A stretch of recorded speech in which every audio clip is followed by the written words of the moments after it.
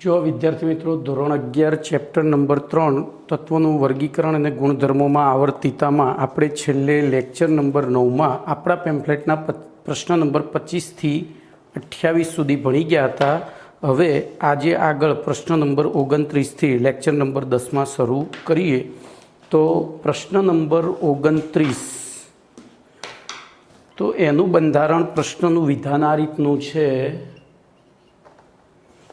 Electron પ્રાપ્તિની enthalpy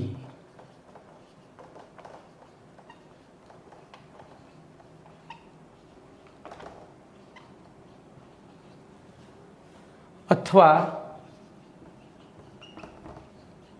electron બંધુતા એટલે શું? સમજાવો. બરોબર, આવો પ્રશ્ન છે. વિચારો, ઇલેક્ટ્રોન પ્રાપ્તિની એન્થાલ્પી, જેનું બીજું નામ છે ઇલેક્ટ્રોન બંધુતા. બેમાં થોડો ડિફરન્ટ છે વૈજ્ઞાનિક દ્રષ્ટિએ, પણ બંને લગભગ સમાન છે, 99.99%. તો અહીંયા આપણને જવાબ અહીંથી જ મળી જાય છે. બોલો, कुछ पाने के लिए कुछ खोना पड़ता है, कुछ पाने के लिए कुछ खोना पड़ता है. તો કોઈ પણ તટસ્થ પરમાણુ, કોઈ પણ તટસ્થ, હવે જોજો અહીંયા એકલો તટસ્થ પરમાણુ લખીશું તો જવાબ આપણો ખોટો પડશે. કેમ? તો ઘન કે પ્રવાહી અવસ્થામાં પરમાણુ ઇલેક્ટ્રોન, એની અંદર આંતરાણ્વીય આકર્ષણ ખૂબ જ પ્રબળ હોય, એટલે પ્રોટોન ઇલેક્ટ્રોન પ્રબળ હોય, એટલે પ્રોટોન ઇલેક્ટ્રોન આકર્ષણ બળ, એટલે સરળતાથી ઇલેક્ટ્રોનનું દાન ના કરી શકે કે મેળવી પણ ના શકે.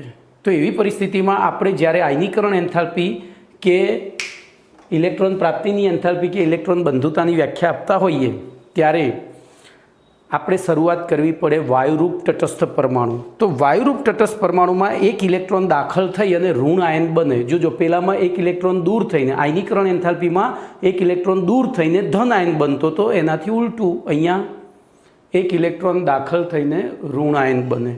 બરાબર, ત્યારે થતા એન્થાલ્પી ફેરફારને, હવે જો એન્થાલ્પી ફેરફારને કયું છે, આપવી પડતી કે મુક્ત થતી નહીં, એનો મતલબ શું થયો કે તત્વ પ્રમાણે કેટલાક તત્વોમાં જ્યારે ઇલેક્ટ્રોન દાખલ કરીએ તો ઉર્જા આપવી પણ પડશે, કેટલાકમાં ઉર્જા મુક્ત પણ થતી હશે. તો અહીંયા આપણે લખીશું થતા એન્થાલ્પી ફેરફારને શું કહેવાય?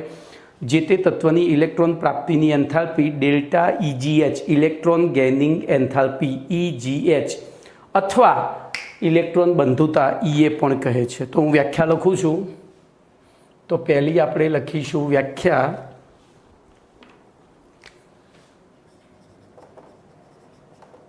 બોલો, વ્યાખ્યામાં શું લખીશું?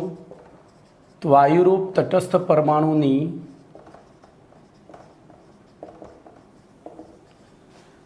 બાહ્યતમ કક્ષામાં એક ઇલેક્ટ્રોન દાખલ થાય ત્યારે થતા ઉર્જા, હું અહીંયા ઉર્જા કૌંસમાં લખીશ, એન્થાલ્પી ફેરફારને,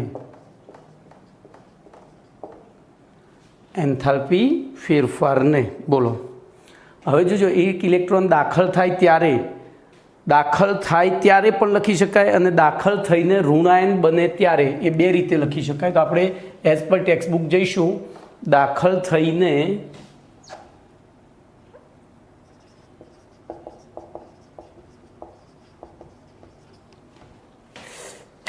ઋણાયન બને ત્યારે થતા ઉર્જા કૌંસમાં એટલે અને એન્થાલ્પી ફેરફારને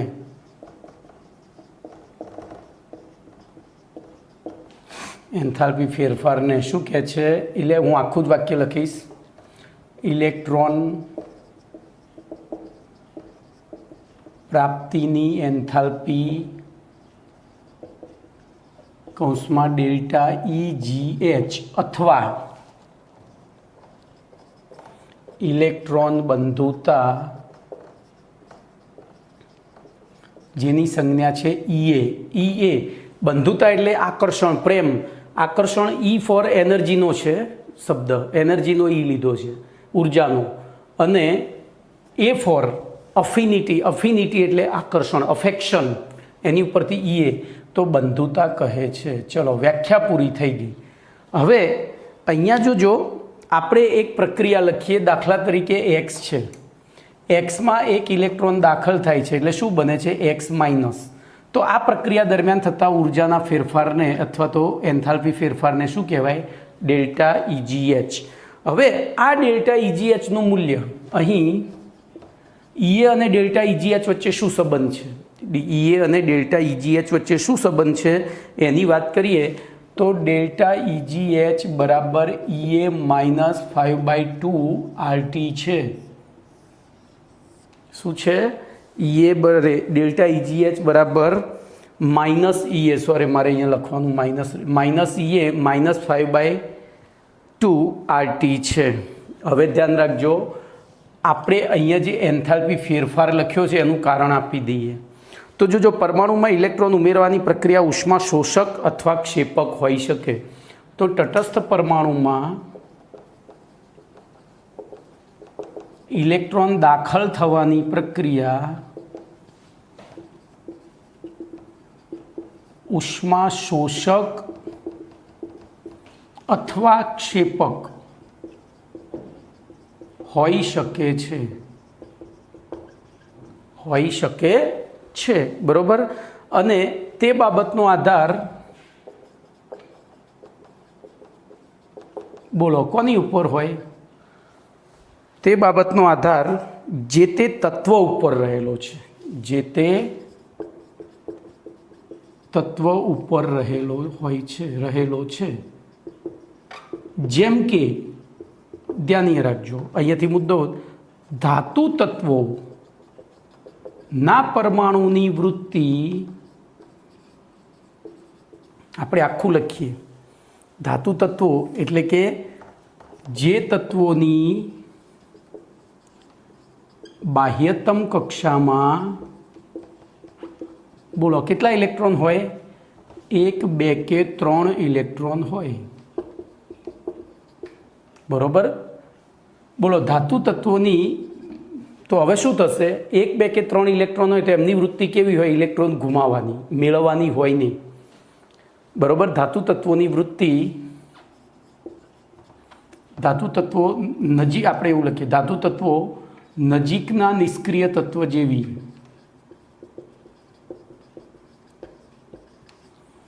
સ્થાયી ઇલેક્ટ્રોન રચના પ્રાપ્ત કરવા માટે ઇલેક્ટ્રોન ગુમાવવાની વૃત્તિ ધરાવતા હોય છે.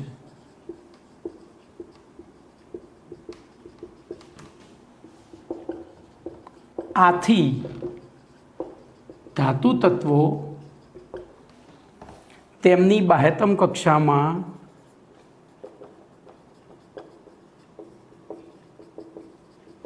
સરળતાથી ઇલેક્ટ્રોનનો સ્વીકાર કરતા નથી. જેમની વૃત્તિ ગુમાવવાની હોય એ બોલો ઇલેક્ટ્રોનનો સ્વીકાર કરે ખરા? અને આથી ધાતુ તત્વોના પરમાણુમાં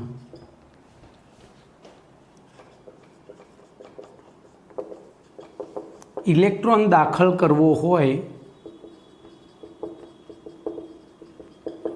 તો ઇલેક્ટ્રોનની સાથે સાથે ઉર્જા પણ આપવી પડે છે.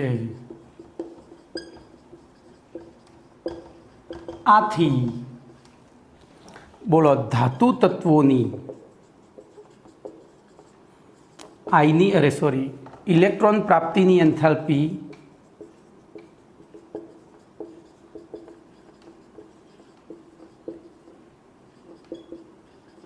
નું મૂલ્ય ધન હોય છે.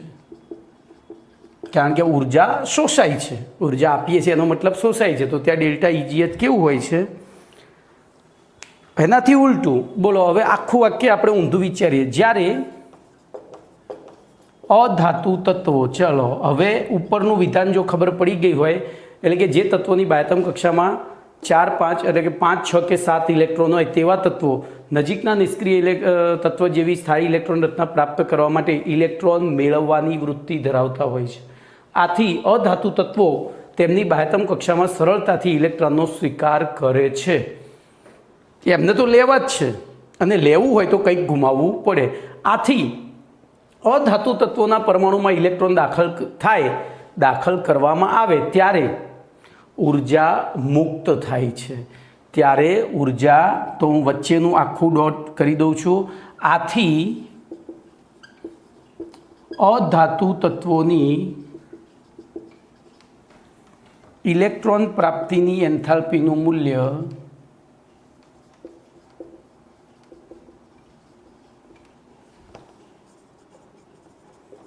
હંમેશા, બોલો કેવું હોય છે? ઋણ હોય છે. કારણ કે ત્યાં મુક્ત થાય છે, અહીંયા ધન હતું કારણ કે શોષાતું હતું. બરાબર? બોલો ક્લિયર? તો આપણે અહીંયા ઇલેક્ટ્રોન બંધુતા એટલે શું એની સમજૂતી આપી. હવે આપણે આવર્ત કોષ્ટકમાં તુલના કરીશું. જોજો અહીંયા એનું મૂલ્ય, અહીંયા ફેરફાર કેમ લખ્યો છે એની સમજૂતી આપી. ફેરફાર કેમ લખ્યો? ઉર્જા મુક્ત થાય છે કે શોષાય છે એવું કેમ ના લખ્યું? તો ધાતુ તત્વો હોય તો ધાતુ તત્વોની બાહ્યતમ કક્ષામાં 1, 2 કે 3 ઇલેક્ટ્રોન હોય. આથી તેમની વૃત્તિ ઇલેક્ટ્રોન ગુમાવવાની હોય. એ સરળતાથી ઇલેક્ટ્રોનનો સ્વીકાર કરે નહીં અને તેથી ધાતુ તત્વના પરમાણુમાં જો ઇલેક્ટ્રોન દાખલ કરવો હોય તો ઇલેક્ટ્રોનને ધક્કો મારીને દાખલ કરવો પડે. એટલે કે ઇલેક્ટ્રોન પણ આપવો પડે અને ઉર્જા પણ આપવી પડે. માટે ધાતુ તત્વોની ઇલેક્ટ્રોન પ્રાપ્તિની એન્થાલ્પીનું મૂલ્ય કેવું હોય? ધન. જ્યારે અધાતુ તત્વો કે જેમની બાહ્યતમ કક્ષામાં 5, 6 કે 7 ઇલેક્ટ્રોન હોય, એટલે કે એમને નજીકના નિષ્ક્રિય તત્વ જેવી ઇલેક્ટ્રોન રચના ધારણ કરવી હોય તો એ એમને ઇલેક્ટ્રોન મેળવવા માટે તત્પર હોય છે અને આપણે આપવા જઈએ છીએ. તો જે વ્યક્તિ તત્પર હોય એને આપીએ તો બદલામાં કંઈક આપે. તો અહીંયા શું થશે? તેથી અધાતુ તત્વોની ઇલેક્ટ્રોન પ્રાપ્તિની એન્થાલ્પીનું મૂલ્ય ઋણ હોય છે. હવે આપણે આગળ જઈએ તો આપણા આવર્ત કોષ્ટકમાં હવે વિચારીએ. બોલો ચલો. તો આવર્ત કોષ્ટકની અંદર આપણે, હું પ્રશ્ન પૂછું, બોલો કયા તત્વોની ઇલેક્ટ્રોન પ્રાપ્તિની એન્થાલ્પીનું મૂલ્ય સૌથી વધુ ઋણ હશે? આગળ 2 પ્રશ્નોના જવાબ જ આપવાના છે.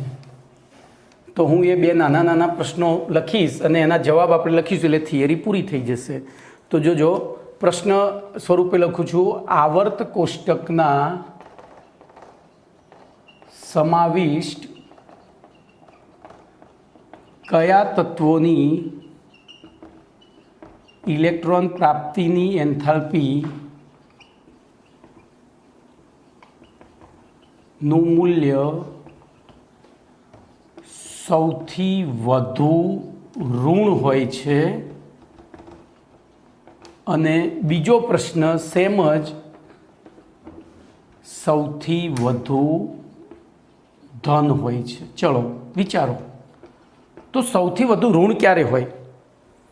આપણે ઋણ ક્યારે હોય પહેલું એ વિચારીએ. તો જો તત્વની ઇલેક્ટ્રોન મેળવવાની વૃત્તિ વધારે હોય, ઇલેક્ટ્રોન મેળવવાની વૃત્તિ વધારે હોય ત્યારે વધુ ઋણ હોય. ઇલેક્ટ્રોન ગુમાવવાની વૃત્તિ વધારે હોય ત્યારે વધુ ધન હોય. તો આપણા આવર્ત કોષ્ટકમાં એવા કયા તત્વો છે કે જેમની ઇલેક્ટ્રોન મેળવવાની વૃત્તિ સૌથી વધારે છે, કે એક ઇલેક્ટ્રોન મેળવે તો એ સ્થાયી બની શકે? તો સમૂહ 17, હેલોજન સમૂહ. તો અહીંયા જવાબ આવશે હેલોજન સમૂહ. કૌંસમાં સમૂહ 17ના તત્વો. બરોબર? હેલોજન સમૂહ અથવા તો સમૂહ 17ના તત્વોની ઇલેક્ટ્રોન પ્રાપ્તિની એન્થાલ્પી સૌથી વધુ ઋણ છે. ચલો, સૌથી વધુ ધન કોની હશે? સૌથી વધુ ધન કોની હોય? તો જેની વૃત્તિ ઇલેક્ટ્રોન મેળવવાની બિલકુલ ના હોય. બોલો બિલકુલ કોની નહીં હોય? તો સમૂહ 1ની કે સમૂહ 18ની? વિચારો વિચારો. મસ્ત વસ્તુ છે. તો સમૂહ 18. કેમ? તો સમૂહ 18 ઓલરેડી સ્થાયી છે. એમાં તમે ઇલેક્ટ્રોન દાખલ કરશો તો અસ્થાયી થશે. સમૂહ 1 એની બાહ્યતમ કક્ષામાં 1 ઇલેક્ટ્રોન છે એ તત્વોની, એટલે એમની વૃત્તિ ગુમાવવાની છે, પણ તમે બળજબરીપૂર્વક જો એમાં નાખશો ઇલેક્ટ્રોન તો એમની સ્થિરતામાં બહુ ફરક નથી પડતો. કારણ કે એક હતો એના કારણે અસ્થાયી હતા જ, થોડા વધુ અસ્થાયી બનશે. પેલામાં તો સ્થાયી હતા એમાંથી વધુ અસ્થાયી બને છે. તો અહીંયા જવાબ આવશે સમૂહ 18ના, એટલે કે નિષ્ક્રિય સમૂહના તત્વો. બોલો કમ્પ્લીટ. તો આ 2 મુદ્દા લખી દેવાના છે.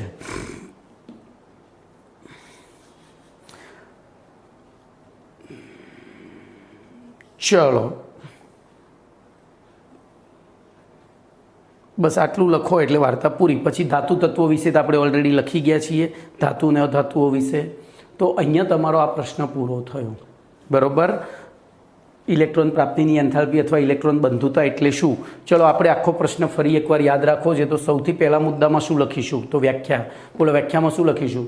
તો વાયુરૂપ તટસ્થ પરમાણુની સંયોજકતા અથવા તો બાહ્યતમ કક્ષામાં એક ઇલેક્ટ્રોન દાખલ કરી ઋણ આયન બનાવવામાં આવે ત્યારે થતા એન્થાલ્પી ફેરફારને જોજો. કેમ એન્થાલ્પી ફેરફાર? તો એ એન્થાલ્પી ફેરફાર ધન કે ઋણ હોઈ શકે છે. આયનીકરણ એન્થાલ્પીમાં એ હંમેશા કેવો હતો? ધન જ હતો. એ હંમેશા ધન જ હતો. એટલે ત્યાં મુક્ત આપવી પડતી ઉર્જાને આપણે કહ્યું હતું, ત્યાં આપવી પડતી ઉર્જાને કહ્યું હતું. અહીંયા મુક્ત થતી અથવા શોષાતી બે લખવું પડે એટલે આપણે ફેરફાર લખ્યો હતો. પછી એની સમજૂતી, એના સૂત્ર સમજાયું કે ડેલ્ટા EGH બરાબર -EA -5/2 RT. અને પછી એ ધન કે ઋણ કેમ છે, એટલે કે ફેરફાર કેમ લખ્યો એ સમજાવ્યું. અને પછી બે પ્રશ્નોના જવાબ આપ્યા કે આવર્ત કોષ્ટકમાં કયા તત્વોની ઇલેક્ટ્રોન પ્રાપ્તિની એન્થાલ્પીનું મૂલ્ય સૌથી વધુ ઋણ હોય છે અને કયા તત્વોનું સૌથી વધુ ધન હોય છે. બોલો, કમ્પ્લીટ. તો આટલું લખીએ એટલે આપણો પ્રશ્ન પૂરો થઈ જાય. ચલો, એના પછી પ્રશ્ન નંબર 30.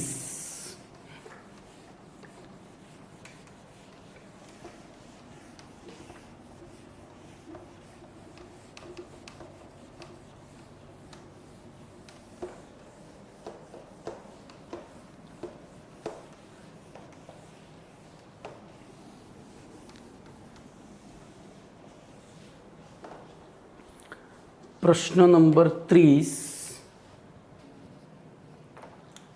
30મો પ્રશ્ન છે ઇલેક્ટ્રોન પ્રાપ્તિના એન્થાલ્પી અથવા ઇલેક્ટ્રોન બંધુતામાં આવર્તી વલણ સમજાવો. ઇલેક્ટ્રોન પ્રાપ્તિની એન્થાલ્પી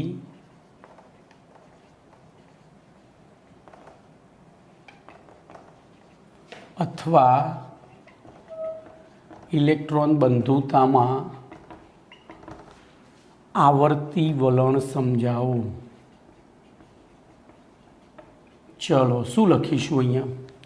તો સૌથી પહેલાં આપણે લખીશું આવર્તમાં આવર્તી વલણ. બરાબર. આવર્તમાં હું ખાલી અહીંયા ટાઇટલમાં આટલું જ લખીશ, આવર્તમાં આવર્તી વલણ.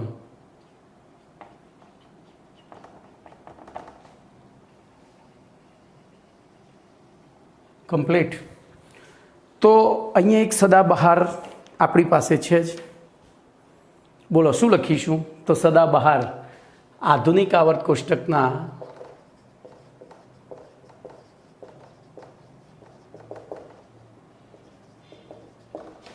માં સમાવિષ્ટ કોઈ પણ આવર્તમાં, હવે આવર્ત છે એટલે ક્યાંથી ક્યાં જવાય? તો ડાબી બાજુથી જમણી બાજુ તરફ જતા.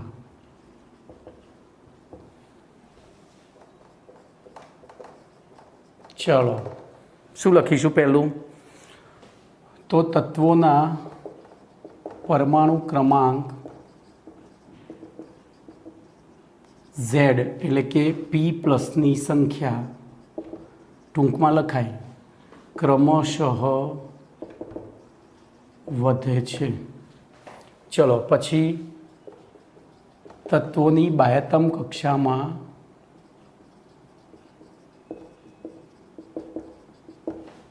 E- સંખ્યા ક્રમશઃ વધે છે. તત્વોના બાહ્યતમ કક્ષાના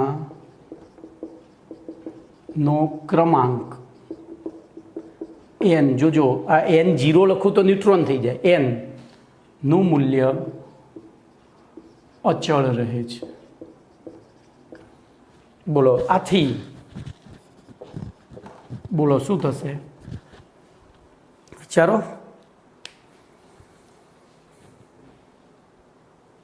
તો ઇલેક્ટ્રોન ઉપર લાગતું, ઇલેક્ટ્રોન ઉપર તો બાકમાં રહેલા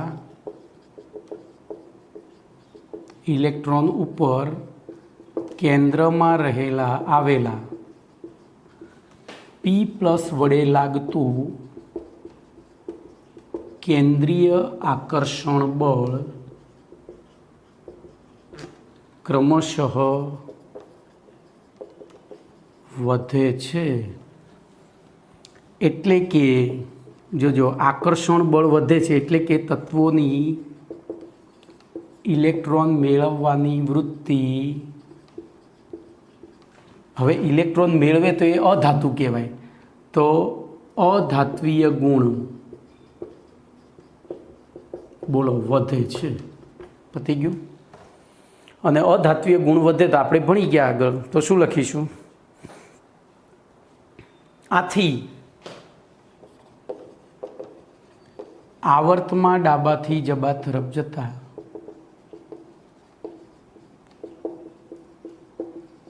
જોજો આકર્ષણ વધ્યું છે. આકર્ષણ વધ્યું એટલે એનો મતલબ કે અસરકારક કેન્દ્રીય ધનવીજભાર વધ્યો. અસરકારક કેન્દ્રીય ધનવીજભાર વધે છે. આથી ઇલેક્ટ્રોન પ્રાપ્તિની એન્થાલ્પીનું મૂલ્ય બોલ્યો શું થશે? વધે છે ઘટે છે ના લખાય, કારણ કે અહીંયા ફેરફાર હતો. તો હું અહીંયા લખીશ ધનથી ઋણ બને છે, એટલે કે વધુ ઋણ બને છે. બસ આટલું લખવાનું છે. ધનથી ઋણ એટલે કે વધુ ઋણ. આ ખાસ યાદ રાખજો, વધે છે એવું નહીં લખવાનું. શું થાય છે તો જમણી બાજુ ડાબી બાજુ જે તત્વો છે ધાતુ તત્વો છે. ધાતુ તત્વોની ઇલેક્ટ્રોન મેળવવાની વૃત્તિ ઓછી હોય, એટલે એમાં ઇલેક્ટ્રોન દાખલ કરવો હોય તો ઇલેક્ટ્રોને આપવો પડે ને ઉર્જા આપવી પડે. ઉર્જા આપીએ એટલે મૂલ્ય ધન થયું, એ એન્થાલ્પીનું મૂલ્ય ધન થયું. જમણી બાજુ જેમ જતાં ગયા એમ તત્વોની ઇલેક્ટ્રોન મેળવવાની વૃત્તિ વધતી જાય છે, અને ઇલેક્ટ્રોન મેળવવાની વૃત્તિ વધતી જાય એટલે આપણે એને ઇલેક્ટ્રોન આપીએ તો બદલામાં એ ઉર્જા મુક્ત કરે તો ઋણ, એટલે કે ધનથી ઋણ, એનો મતલબ કે વધુ ઋણ બને છે. ચલો એમાં પછી આપણે અપવાદ સમજાવીશું. તો અપવાદમાં આપણે કશું કરવાનું નથી. કોઈ જો પેલામાં અહીંયા અપવાદમાં શું કરીશું તો બીજો સમૂહ લઈ લઈએ. બોલો તો લી બે બો કા ના ઓ ફ્લો ની.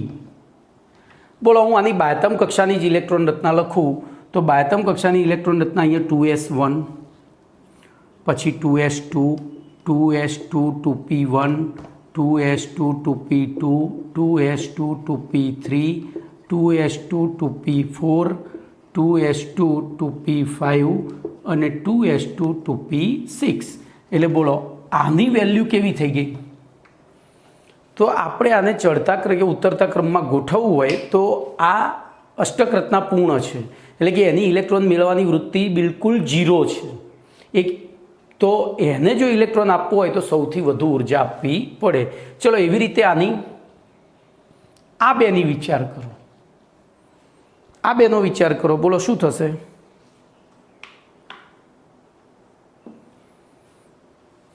તો બીમાંથી બી માઇનસ બને, એટલે કે એક ઇલેક્ટ્રોન મેળવે તો કેવો થાય? અસ્થાયી. આરે એક ઇલેક્ટ્રોન મેળવે તો શું થાય? સ્થાયી. એટલે જોજો આની ઇલેક્ટ્રોન પ્રાપ્તિની એન્થાલ્પીનું મૂલ્ય વધારે ઋણ, પછી એનથી ઓછું ઋણ, પછી પાછું આ એકદમ ઓછું ઋણ થઈ જશે. સમજણ પડી? એ આપણે પહેલાંમાં અહીંયા આ બેમાં ફેરફાર થયો હતો. અહીંયા પહેલાંમાં એક ઘુમાવે તો સ્થાયી થતો હતો, એટલે આની ઘુમાવવાની વૃત્તિ વધારે હતી, એટલે કે એની આયનીકરણ એન્થાલ્પી કેવી હતી? ઓછી. આની કેવી થશે? તો આની મેળવવાની વૃત્તિ કેવી થઈ ગઈ? વધી ગઈ. કેમ? તો એ મેળવે તો સ્થાયી થાય છે, મેળવે તો સ્થાયી થાય. તો ધ્યાનથી જોજો, અહીંયા બીમાંથી બી માઇનસ બને ત્યારે પી કક્ષકમાં એક ઇલેક્ટ્રોન દાખલ થાય છે, અને તો એ અસ્થાયી બને છે. આમાં એક ઇલેક્ટ્રોન અહીંયા 2pમાં દાખલ થાય, જે સ્થાયી હતી એની જગ્યાએ હવે કેવી થઈ? અસ્થાયી. કારણ કે અહીંયા કક્ષક એક હતી અને પૂર્ણ ભરેલી હતી, અહીંયા બીજી કક્ષક થઈ અને હવે અપૂર્ણ થઈ. આપણે ભણી ગયા છીએ કેવા તત્વો સ્થાયી ઇલેક્ટ્રોન રચના ધારણ કરે, તો જે એની બાહ્યતમ કક્ષામાં આવેલી કક્ષકો કાં તો સંપૂર્ણ ભરેલી હોય કાં તો અર્ધપૂર્ણ.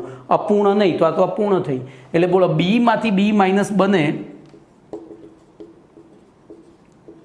તો આ 2s2 હતી અને આ 2s2 2p1 બની, તો આ અસ્થાયી બની, આ સ્થાયી બની. અને આપણને ખબર છે કે કોઈપણ પ્રક્રિયા હંમેશા અસ્થાયીથી સ્થાયી તરફ જાય, અસ્થિરતાથી સ્થિરતા તરફ જાય. સમજ્યા? તો એવી પરિસ્થિતિમાં શું થશે? તો આની ઇલેક્ટ્રોન પ્રાપ્તિની એન્થાલ્પી કેવી થશે? લિથિયમ કરતાં પણ વધારે થશે, ધન, વધારે ધન થશે. બરાબર એવું અહીંયા થશે. જુઓ, એનમાંથી એન માઇનસ બને એટલે ઇલેક્ટ્રોન રચના શું થાય? 2s2 2p4 થાય. એટલે કે જો અહીંયા આ સંપૂર્ણ હતી, આ અર્ધપૂર્ણ હતી, આ સંપૂર્ણ હતી, આ અર્ધપૂર્ણ હતી. તો એવી પરિસ્થિતિમાં શું થયું? હવે એટલે કે આ સ્થાયી હતું પણ આ સંપૂર્ણ અને આ અપૂર્ણ થઈ. હવે કારણ કે 3 હોય તો અર્ધપૂર્ણ કહેવાય, 6 હોય તો પૂર્ણ કહેવાય, પણ આ તો 4 થઈ એટલે આ પણ અસ્થાયી થઈ. તો ધ્યાનથી હવે હું અહીંથી બોલું છું, તમે જોજો. તો આવર્તમાં ઇલેક્ટ્રોન પ્રાપ્તિની એન્થાલ્પીનું વલણ બહુ સ્પષ્ટ હોતું નથી, એટલે કે તેમાં થોડી ક્યાંક ક્યાંક અનિયમિતતા જોવા મળે છે. જેમ કે બીમાંથી બી માઇનસ બને ત્યારે નવો દાખલ થતો ઇલેક્ટ્રોન 2p કક્ષકમાં દાખલ થાય છે. બરાબર, જે અસ્થાયી ઇલેક્ટ્રોન રચના છે. આથી બીની ઇલેક્ટ્રોન પ્રાપ્તિની એન્થાલ્પીનું મૂલ્ય અપેક્ષા કરતાં ઓછું ઋણ છે. અપેક્ષા કરતાં જેટલું ઋણ હોવું જોઈએ, કારણ કે એને ઇલેક્ટ્રોન લેવો જ નથી. એટલે આપણે એવું ધારીને બેઠા કે ભાઈ આના કરતાં વધુ ઋણ છે, પણ વાસ્તવમાં શું થઈ જાય? લિથિયમ કરતાં એની પડી ઓછું ઋણ થશે. ઓકે, અપેક્ષા કરતાં ઓછું ઋણ હોય છે. તે જ પ્રમાણે બોલો, નાઇટ્રોજનમાંથી એન માઇનસ બને ત્યારે પણ શું થાય છે? તો નવો દખલ થતો ઇલેક્ટ્રોન દ્વારા 2p કક્ષકમાં ઇલેક્ટ્રોનનું યુગ્મીકરણ થાય છે. હવે જોજો, એ 2pમાં યુગ્મીકરણ થયું, 3 એક હતા, અહીંયા ચોથો તો પહેલી કક્ષકમાં દાખલ થયો. અને એવી પરિસ્થિતિમાં શું થાય? તો એ યુગ્મીકરણના કારણે ઇલેક્ટ્રોન અપાકર્ષણ બળ વધે, અને અપાકર્ષણ બળ વધે તો બોલો એની ઇલેક્ટ્રોન પ્રાપ્ત કરવાની શું થઈ જાય? વૃત્તિ ઓછી થઈ. એટલે કે ઉલટાની આપણે એ અપાકર્ષણને નાબૂદ કરવા માટે ઉર્જા આપવી પડશે. તો આનું પણ અપેક્ષા કરતાં ઓછું ઋણ થાય છે. બોલો, કમ્પ્લીટ. એટલે કે ટૂંકમાં એનમાંથી એન માઇનસ બનવાની પ્રક્રિયા ધન થઈ ગઈ. અપેક્ષા કરતાં ઓછું ઋણ એટલે ધન, ઓછું ઋણ એટલે ધન. તો આમ તો આનું વધુ ધન હોવું જોઈએ, પણ આનું વધુ ધન થાય છે. એમાં એકના નાઇટ્રોજન ઓક્સિજનમાં તો આર્યો એક મેળવે ને તો સ્થાયી બને, એટલે આની વૃત્તિ કેવી? આ વધુ ઋણ થશે, આ ઓછું ઋણ થશે. ખબર પડી? જો ઇલેક્ટ્રોન પ્રાપ્તિની એન્થાલ્પીમાં બેરિલિયમ બોરોન, નાઇટ્રોજન ઓક્સિજનમાં અનિયમિતતા જોવા મળી હતી. આયનીકરણ એન્થાલ્પીમાં. ઇલેક્ટ્રોન પ્રાપ્તિની એન્થાલ્પીમાં લિથિયમ બેરિલિયમ, કાર્બન નાઇટ્રોજનમાં અનિયમિતતા જોવા મળે. કમ્પ્લીટ.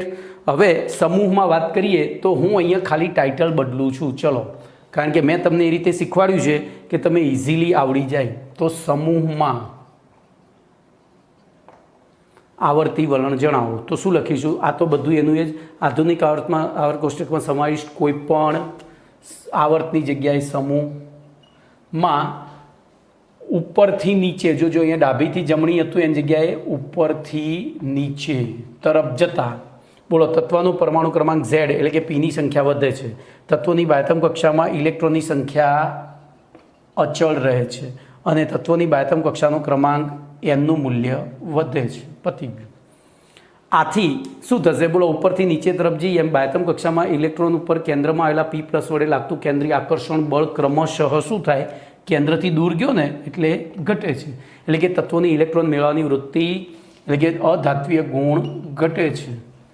આથી સમૂહમાં ડાબાથી જબાની જગ્યાએ ઉપરથી નીચે તરફ જતા બોલો અસરકારક કેન્દ્રીય ધનવીજભાર શું થાય છે? ઘટે છે. શું થાય છે? ઘટે છે. આથી ઇલેક્ટ્રોન પ્રાપ્તિની એન્થાલ્પીનું મૂલ્ય બોલો વધુ ઋણની જગ્યાએ ઓછું ઋણ થાય છે. કમ્પ્લીટ.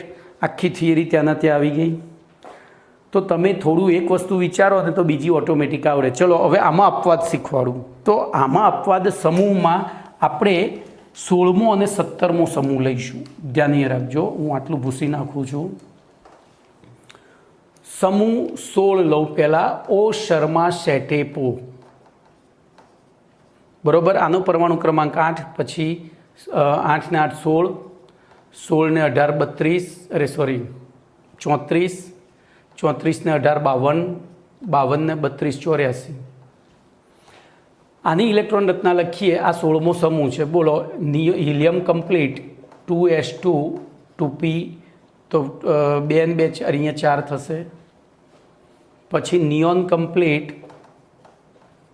3s2 3p4 થાય. 10 ને 2 12 ને 4 16.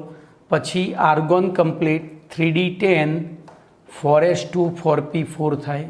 તો 18 ને 10 28, 28 ને 2 30 ને 4 34 થયા.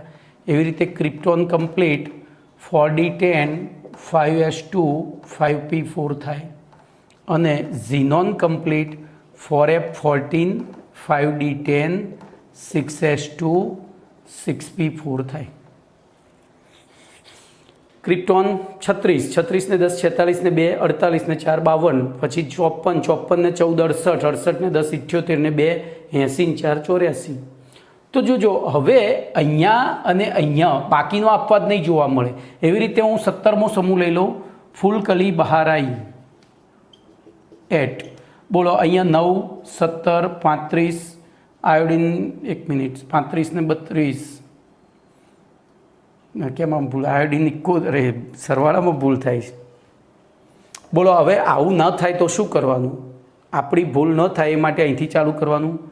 32 18 18 18 સોરી 8 8 2 9 8 17 17 ને 18 35 35 ને 18 53 આમાં આવી ગયા.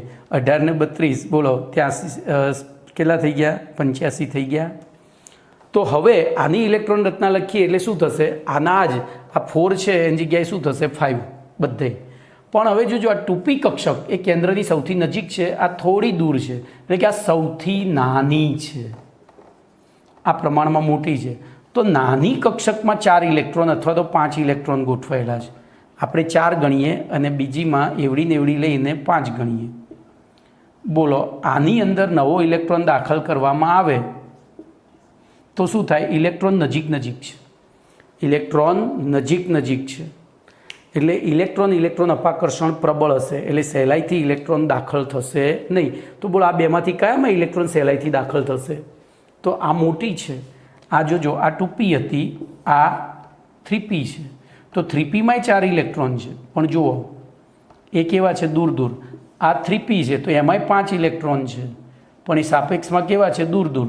તો આ અપવાદ ખાલી અહીંયા જ જોવા મળે છે પહેલાં 2 તત્વોમાં જ.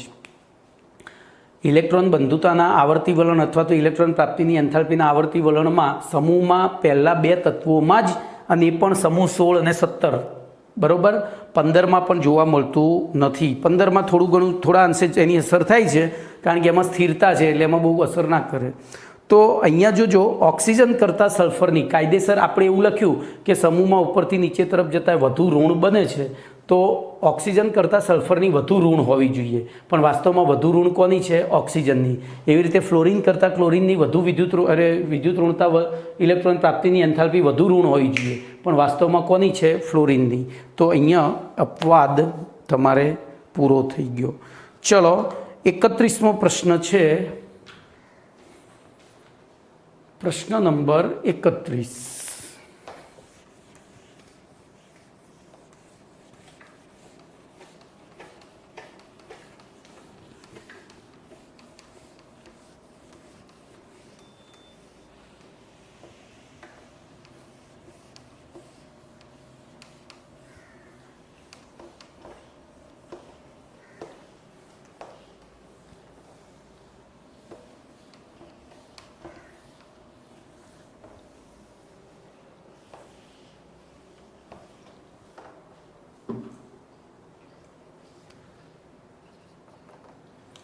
પ્રશ્ન નંબર 31 છે. ઇલેક્ટ્રોન પ્રાપ્તિની એન્થાલ્પી અથવા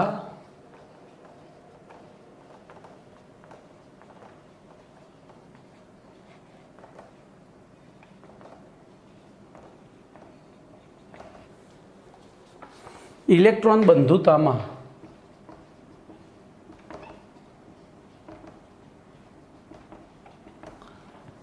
બંધુતામાં આવર્તી વલણની ઉપયોગિતા જણાવો.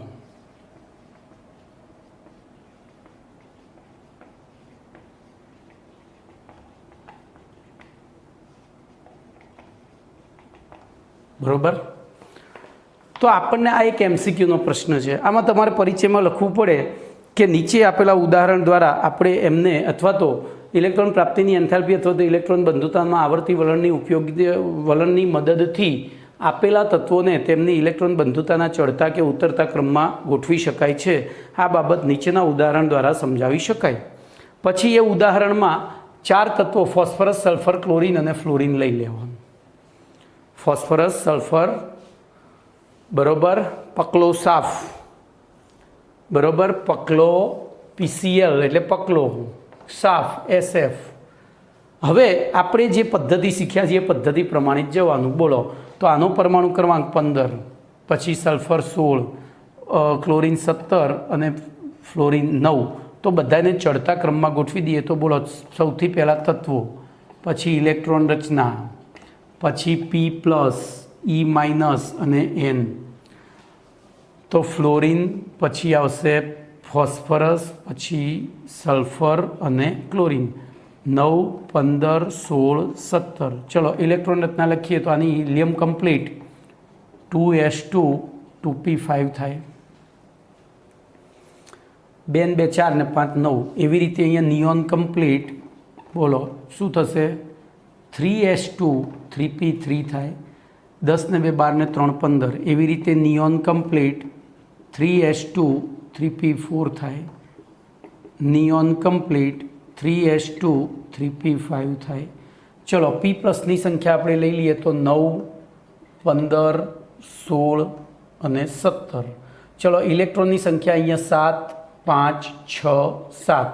બોલો બાહ્યતમ કક્ષાની તો 2, 3, 3, 3. અને ચોથો S લેવાનો સ્થિરતા. તો બોલો આમાં કઈ ઇલેક્ટ્રોન રચના સ્થાયી છે? તો આર્ય સંપૂર્ણ ભરાયેલી, અર્ધપૂર્ણ ભરાયેલી. બસ અહીંયા S કરવાનું.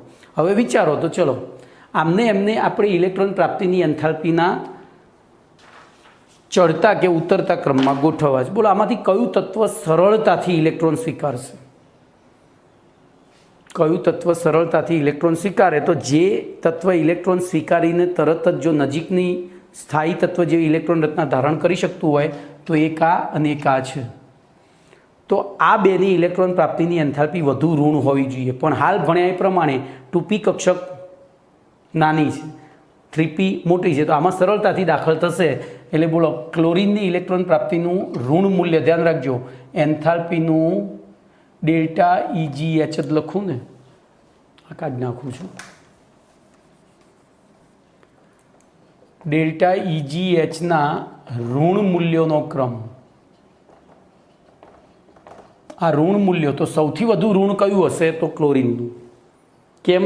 તો એ મોટું છે ને એમાં ઇલેક્ટ્રોન સરળતાથી દાખલ થાય ને એ સ્વીકારવા તૈયાર છે, એટલે બદલામાં વધુ ઉર્જા મુક્ત કરવી પડે. બોલો બીજા નંબરે કોણ આવશે? ફ્લોરિન. બીજા નંબરે કોણ આવશે? ફ્લોરિન. કારણ કે એની ઇલેક્ટ્રોન પ્રાપ્તિની એન્થાલ્પી તો એને મેળવવું તો છે પણ કદ નાનું છે. બાકીના આ બંને કરતાં એની મેળવવાની વૃત્તિ વધારે છે. ચલો હવે આ બેમાં વિચારો તો આ મેળવે તો શું થાય? ઉપરથી અસ્થાયી થાય. મેળવે તો શું થાય? સ્થાયી છે એમાંથી શું થાય? અસ્થાયી. એટલે બોલો ત્રીજા નંબરે શું આવશે? સલ્ફર. અને સૌથી ઓછું ઋણ આવશે ફોસ્ફરસ. સૌથી ઓછું ઋણ આવશે ફોસ્ફરસ. તો ક્લોરીન, ફ્લોરિન, સલ્ફર અને ફોસ્ફરસ. બોલો ઋણ મૂલ્યોનો ઉતરતો ક્રમ હતો આ. બોલો ચડતો ક્રમ લખવો હોય તો આખું ઊંધું લખી દેવાનું. Phosphorus less than sulphur less than fluorine less than chlorine. બોલો કમ્પ્લીટ. તો આવી રીતે MCQ પૂછાય. કોઈ પણ અહીંયા 4 તત્વો આપ્યા છે, કોઈ પણ 4 તત્વો હોય તમારે આ રીતે જ સોલ્વ કરવાનું છે. પ્રેક્ટિસ કરશો તો ઝડપથી થશે. અત્યારે ધીમું લાગે છે પણ પછી પ્રેક્ટિસ કરીએ ને એટલે ફટફટ ખબર પડે કે ભાઈ જુઓ આમાં આ 3 અને આ 2, એટલે પહેલું આ 2નું વિચારવાનું. જે કયો પેલો ગુણધર્મ જે વિચારવાનું તો ઇલેક્ટ્રોન પ્રાપ્તિ તો જે સરળતાથી પ્રાપ્ત કરે એની સૌથી વધારે. તો આ બેમાંથી કોણ સરળતાથી પ્રાપ્ત કરે? આ. કારણ કે આ મોટું છે ને આ નાનું છે. તો પહેલો ક્લોરીન મૂક્યો, પછી ફ્લોરિન. હવે આ બેમાં બરાબર એ બેમાં શું કોણ પ્રાપ્ત કરે? જો આ પ્રાપ્ત કરે તો સ્થાયી થાય, એટલે એ પ્રાપ્ત નહીં કરે તો આ. તો પછી સલ્ફર ને પછી ફોસ્ફરસ. ચલો એના પછી જોઈએ વિદ્યુત ઋણતા એટલે શું? બરોબર, એક પ્રશ્ન ચલાવી દઉં છું. પ્રશ્ન નંબર 32.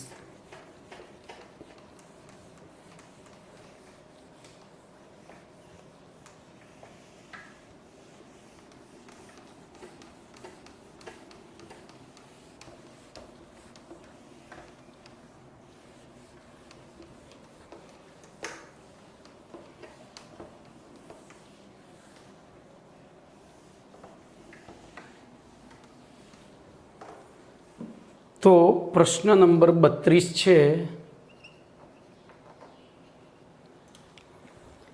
વિદ્યુત ઋણતા એટલે શું? વિદ્યુત ઋણતામાં આવર્તી વલણ સમજાવો.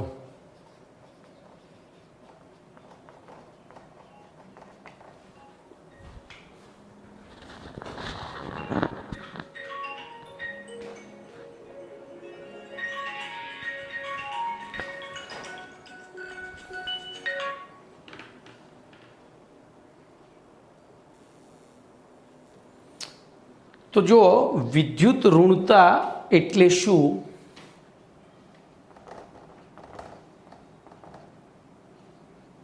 વિદ્યુત ઋણતામાં આવર્તી વલણ સમજાવો.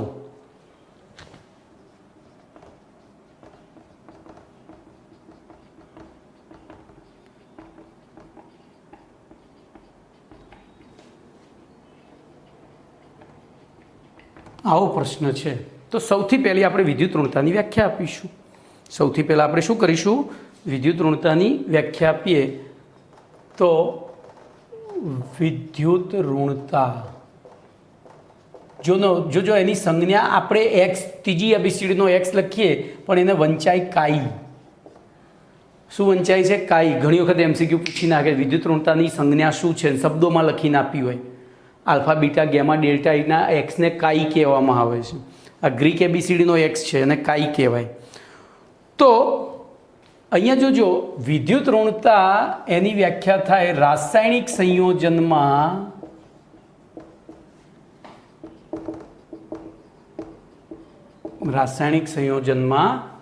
બરોબર, રાસાયણિક બંધ દ્વારા, રાસાયણિક સંયોજનમાં રાસાયણિક બંધ દ્વારા જોડાયેલા બે પરમાણુના કેન્દ્રો વડે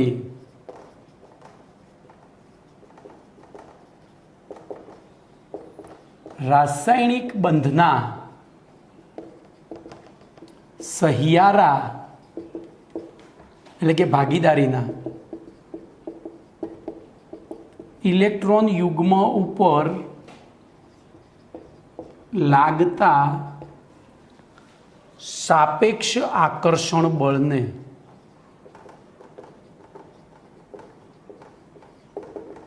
જે તે તત્વની વિદ્યુત ઋણતા કહે છે. જો વ્યાખ્યા જબરજસ્ત વિચિત્ર છે. આ રીતે વ્યાખ્યા મેં તમને સમજણ પડે ને એવી રીતે લખી. રાસાયણિક બંધમાં અહીંયા ધ્યાન રાખજો, હું ઉદાહરણ આપું. દાખલા તરીકે હાઇડ્રોજન અને ક્લોરીને એક ઇલેક્ટ્રોનની ભાગીદારી કરી છે. હાઇડ્રોજનને પણ 1 ઇલેક્ટ્રોનની જરૂર હતી, ક્લોરીનને પણ 1ની જ હતી. ક્લોરીનની બાયોતમ કક્ષામાં 7 ઇલેક્ટ્રોન હતા. અષ્ટક પૂર્ણ કરવા 1ની જરૂર હતી. હાઇડ્રોજનની બાયોતમ કક્ષામાં 1 ઇલેક્ટ્રોન, એને પણ અષ્ટક પૂર્ણ કરવા 1ની જરૂર. તો બંને એક એકની ભાગીદારી કર્યા પછી શું થાય? તો ક્લોરીનના કેન્દ્રમાં ક્લોરીનની વિદ્યુત ઋણતા વધારે છે, એના કેન્દ્રમાં પ્રોટોનની સંખ્યા વધારે છે, એટલે આ ઇલેક્ટ્રોન યુગ્મ આ તરફ આકર્ષાયું, તો આ વધુ વિદ્યુત ઋણ તત્વ કહેવાય. કોની સાપેક્ષે? હાઇડ્રોજન.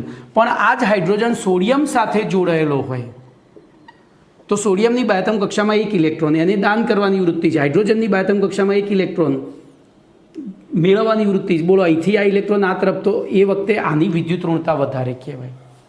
તો ધ્યાન રાખજો. હવે હું અથવા કરીને ચોપડી પ્રમાણેની વ્યાખ્યા લખું છું. આ તમને સમજણ પડે એ માટે આ શબ્દોમાં લખી છે. તો ચોપડી પ્રમાણે લખીશું, રાસાયણિક સંયોજનમાંના પરમાણુની રાસાયણિક સંયોજનમાંના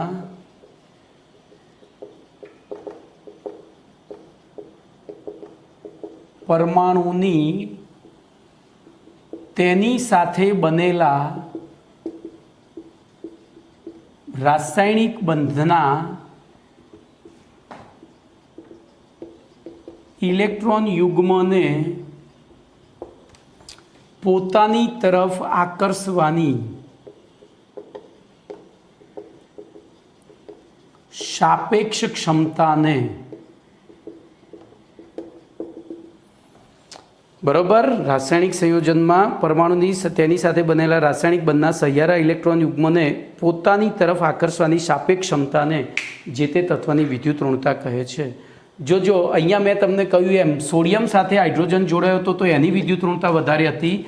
ક્લોરીન સાથે હાઇડ્રોજન જોડાયો હતો ત્યારે ઓછી હતી. જોજો, અહીંયા વધુ હતી. તો આનો અર્થ એવો થયો કે એક વિદ્યુત ઋણતાનું નિરપેક્ષ મૂલ્ય માપી શકાતું નથી, બરાબર, કારણ કે સામે જોડાનાર તત્વ બદલાય એમ એનું મૂલ્ય બદલાતું જાય છે. તો અહીંયા લખીશું કોઈપણ તત્વની વિદ્યુત ઋણતાનું નિરપેક્ષ મૂલ્ય માપી શકાતું નથી. નિરપેક્ષ મૂલ્ય માપી શકાતું નથી. આથી તેના સાપેક્ષ મૂલ્યો માપવા માટે તેનું સાપેક્ષ મૂલ્ય નક્કી કરવામાં આવે છે.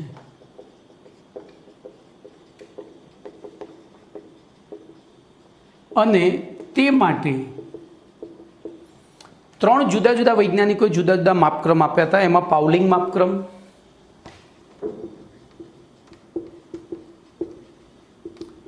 પછી ઓલરેડ રોચો માપક્રમ અને મુલિકન માપક્રમ.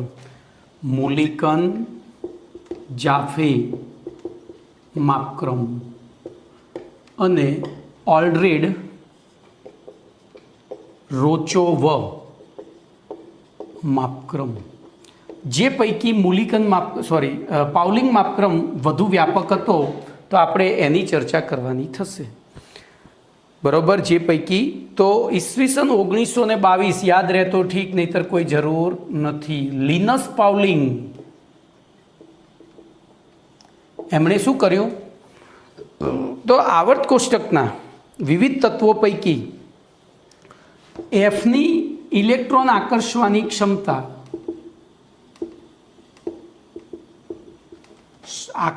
ક્ષમતા સૌથી વધુ એફની ઇલેક્ટ્રોન આકર્ષવાની ક્ષમતા સૌથી વધુ ગણી. જો આકર્ષવાની ક્ષમતા છે, મેળવવાની નહીં.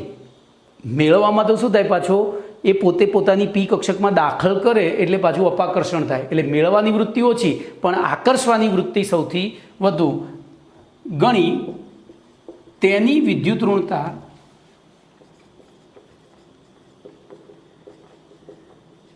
.0 એકમ સ્વીકારી. તે જ પ્રમાણે બીજા આધાર તરીકે લિથિયમની વિદ્યુત ઋણતા +0.1 એકમ વિચારી.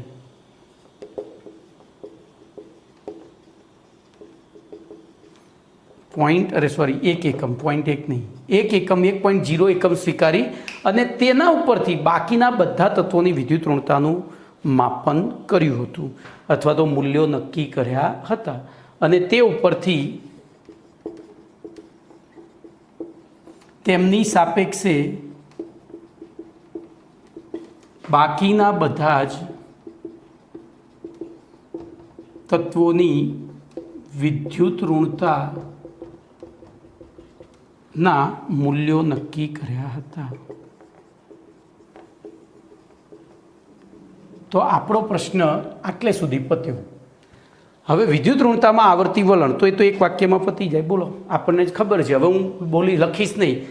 તો પહેલું આવર્તમાં જઈએ તો આવર્તમાં ડાબાથી જબા તરફ જતા બોલો તત્વોનો પરમાણુ ક્રમાંક Z એટલે કે પ્રોટોનની સંખ્યા વધે છે. બાહ્યતમ કક્ષામાં ઇલેક્ટ્રોનની સંખ્યા વધે છે, બરાબર, ખબર પડી. અને બાહ્યતમ કક્ષાનો ક્રમાંક અચળ રહે છે એટલે કક્ષા ક્રમાંક અચળ. અહીંયા પ્રોટોન વધ્યા તો પ્રોટોન વધ્યા તો અસરકારક કેન્દ્રીય ધન વીજભાર શું થયો, વધ્યો તો બહારના ઇલેક્ટ્રોનને આકર્ષવાની ક્ષમતા વધી. એટલે કે ટૂંકમાં આવર્તમાં ડાબાથી જબા તરફ જતા વિદ્યુત ઋણતા શું થાય, વધે. સમૂહમાં વિચારો, બોલો સમૂહમાં ઉપરથી નીચે તરફ ગયા એમ શું થયું તો કેન્દ્રમાં પ્રોટોનની સંખ્યા વધી, બાહ્યતમ કક્ષામાં ઇલેક્ટ્રોનની સંખ્યા અચળ રહી, પરંતુ બાહ્યતમ કક્ષાનો ક્રમાંક ધીરે ધીરે વધતો ગયો. એટલે કે કેન્દ્રથી બાહ્યતમ કક્ષા દૂર જતી ગઈ તો બાહ્યતમ કક્ષા ઉપર લાગતો અસરકારક કેન્દ્રીય ધન વીજભાર શું થતો ગયો, ઘટતો ગયો. એટલે હવે બાહ્યતમ કક્ષાની બહારના ઇલેક્ટ્રોનને આકર્ષવાની ક્ષમતા ઘટતી ગઈ, તેથી વિદ્યુત ઋણતા ઘટતી જાય છે. ફરીથી આવર્તમાં ડાબાથી જબા તરફ જતાં વિદ્યુત ઋણતા વધે, સમૂહમાં ઉપરથી નીચે તરફ જતાં વિદ્યુત ઋણતા ઘટે છે. બોલો કમ્પ્લીટ. તો અહીંયા તમારો પ્રશ્ન નંબર 32 પૂરો. એના પછી એક નાનો 33મો પ્રશ્ન ખાલી યાદ રાખી લેવાનો છે. હું બોર્ડ ઉપર લખતોય નથી, ખાલી ચર્ચા જ કરું છું. તત્વોના કયા રાસાયણિક ગુણધર્મોમાં આવર્તનીય વલણ જોવા મળે છે? તો SVGM, સમજ્યા વિચાર્યા વગર ગોખી મારજો, નામ જ યાદ રાખવાના છે અને આપણે પછી આગળ ભણીશું એટલે આવડશે પાછા. જેમાં શરૂઆતમાં બધું વિદ્યુત ઋણતા અને ઇલેક્ટ્રોન બંધુતા ને બધું આવ્યું હતું, હવે બધું આવડી ગયું. તો એવી રીતે આ પણ યાદ રાખવાનું છે. તો એમાં વિકર્ણીય સંબંધ, નિષ્ક્રિય યુગ્મ અસર, લેન્થેનાઇડ સંકોચન, ઓક્સિડેશન અવસ્થા, સંયોજકતા વગેરે જેવા રાસાયણિક ગુણધર્મોમાં આવર્તી વલણ જોવા મળે છે. તો અહીંયા આજે આપણે પ્રશ્ન નંબર 33 સુધી રાખીશું.